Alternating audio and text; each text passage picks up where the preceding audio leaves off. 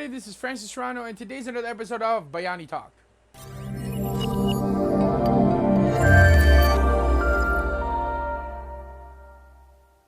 Hey everybody, this is Francis Serrano, and today's another episode of Bayani Talk. But before we continue, a wrist check. I'm wearing my Harbinger watch. I love this watch. It's got the leather strap, black face, kind of like a polished aluminum casing. But yeah, it's a great watch. I love it.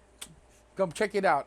No, I will not be putting my Watch Gang referral code because I'm no longer a member of Watch Gang. They kind of pissed me off. So, but I'm not going to get into that. I just wanted to let's go in and get into what we're talking about. So I've been getting a lot of posts because a lot of people have been seeing about how I've been wearing different watches and in different degrees of expense, cost to those watches. But the most common thing that people are asking, like when I'm practicing martial arts, I'm still wearing my watch.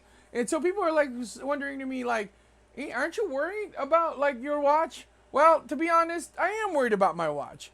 But that is why I'm wearing it. So this is what it kind of gets a little bit weird. And maybe I'm weird, I don't know. But this is definitely the way I think. I practice with my watches on. Why? Because it does have different weight, especially since if I'm wearing this watch or this watch, this is my Invicta Star Wars watch, or I could be wearing or this watch. It doesn't really matter. I love all my watches, and I am worried about them. So again, they're all a variety of price ranges, but they're all very important to me. So when people are asking me, dude, aren't you scared that if your watch is getting hit? I am absolutely very much aware that my watches could get it, especially since I practice Filipino Martial Arts. Because with Filipino Martial Arts, we use a stick. And so now, one of the things that people are worried about, like, what if your watches get hit? What if your watches get hit? And I'm like, yeah, I'm worried about that. But there's a reason why I wear my watches regardless of it being getting hit. It's because I need to get used to the weight. I need to get to you. I need to be aware that I have my watch on. This is, again, part of being self-aware. Now, here's the thing, though. This is, and maybe other people don't feel this way, but this is how I think of FMA. I consider, my right hand, or whatever my stick hand is in. This kills my opponent, while this one saves my life. Now, a lot of people might not know this, but a stick is really also my shield. And when I'm saying it's a shield, is that this protects my body into it, right? Now, one of the most famous blocks within Filipino martial arts is called the payong block or the umbrella block. Bam, like this. Okay, now, just like an umbrella, it doesn't work if the umbrella is pointed like this. It has to only work when it's protecting the things that's coming from above. That's just why it's called the payong block or the umbrella block, okay? Now, here's what a lot of people don't know. I mean, they're especially new people or who doesn't know much about FMA. What they don't know is that you're supposed to hide, just like an umbrella, underneath your stick, right? You're supposed to be behind it. So when I'm doing a block, and I'm going to do a different block, this is what we consider block number 1, right? It's an augmented block. It is supported by the stick is supported against my forearm. Now, it's very important that the stick and there's no space between the stick and my forearm, is that it needs to be resting directly onto my forearm.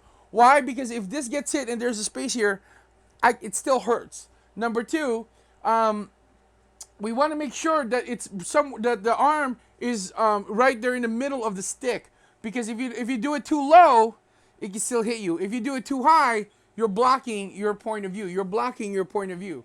The second thing is that you want to make sure that it's at the thickest part of your forearm. So as you can see, this is the thickest part of my forearm. That's where I'm going to be placing my stick, resting into that. Why? Because if I put it at the wrist, not only would it hurt my watch, but it actually might break my wrist. So I'm blocking it behind the stick. This is what a shield does. You stand behind the shield, right? So if I'm blocking, if this is my block, I'm checking see if I'm in the right spot here. Okay.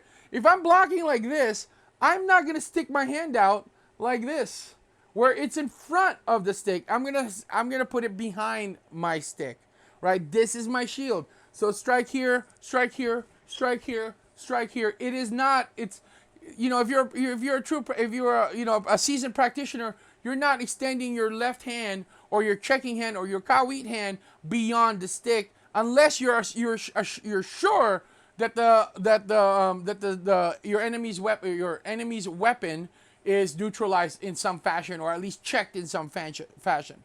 This is why within our system we also check with the stick itself. So why am I afraid that my watch get hit? Yes, it is. Why do why do I not take them off when I practice? Because, ladies and gentlemen, folks, if you're in a real fight, do you think you have time to take off your watch? No, your watch has to be. Your watch is on you. You gotta be. Just get used to it. Just get used to having it on your wrist. But yes, I am very much afraid of my watch getting broken. But somebody once asked me, what would I do to my students if they happen to break my watch or hit my watch? And I replied, I said, well, then it would be my fault, because the stick needs my wrist or my hand or my checking hand where my watch is at has to be behind the stick. And if it gets hit, it's because I didn't defend myself properly. I don't know. Do you agree? Do you believe that your checking hand or your empty hand needs to be hiding behind the sticks? Please comment down below. And if you're looking for a Filipino martial arts school somewhere in the Riverside, Moreno Valley area, please go visit my sister school at fmaschool.com.